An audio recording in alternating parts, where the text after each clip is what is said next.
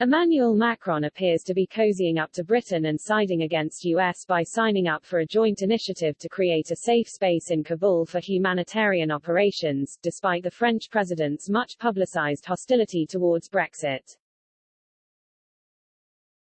And some in London regard Mr. Macron's move as a preemptive strike against US President Joe Biden in case he attempts to take the credit. Mr. Macron yesterday explained, "Our resolution proposal aims to define a safe zone in Kabul, under UN control, which would allow humanitarian operations to continue. The plan was about protecting these threatened Afghans and getting them out of the country in the coming days or weeks." He continued, "We will see if this can be done through the capital's civilian airport or through neighboring countries. I cannot see who could oppose enabling the safety of humanitarian operations." London told Politico the draft resolution had been under negotiation among Security Council members over the weekend with the aim of adopting it early this week. Politico's Playbook bulletin suggested, Macron's early move is seen by some in London as a preemptive strike against the US. It added, "There are fears in some quarters that Biden might claim credit for an initiative they said has been led by the UK and France," one government official told Playbook. In other news, Boris Johnson's ambitions to turn Britain into a global shipping hub have received a massive boost after it was revealed the Duke of Northumberland has teamed up with Legal & General to fund an ambitious superport in Teesside. Matt Vickers, MP for nearby Stockton South, has hailed the news as proof that investors were queuing round the block to back independent and sovereign Britain.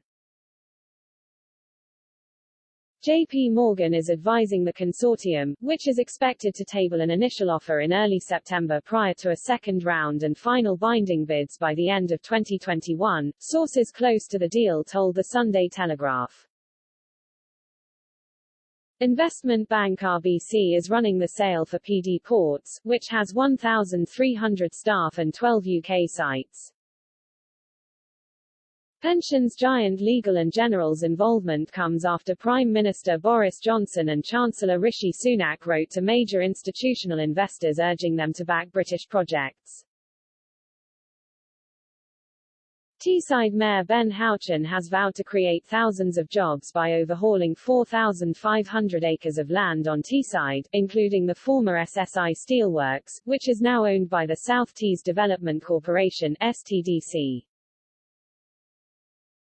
Mr. Vickers told Circulator, "Investors are queuing round the block to take advantage of an independent and sovereign Britain."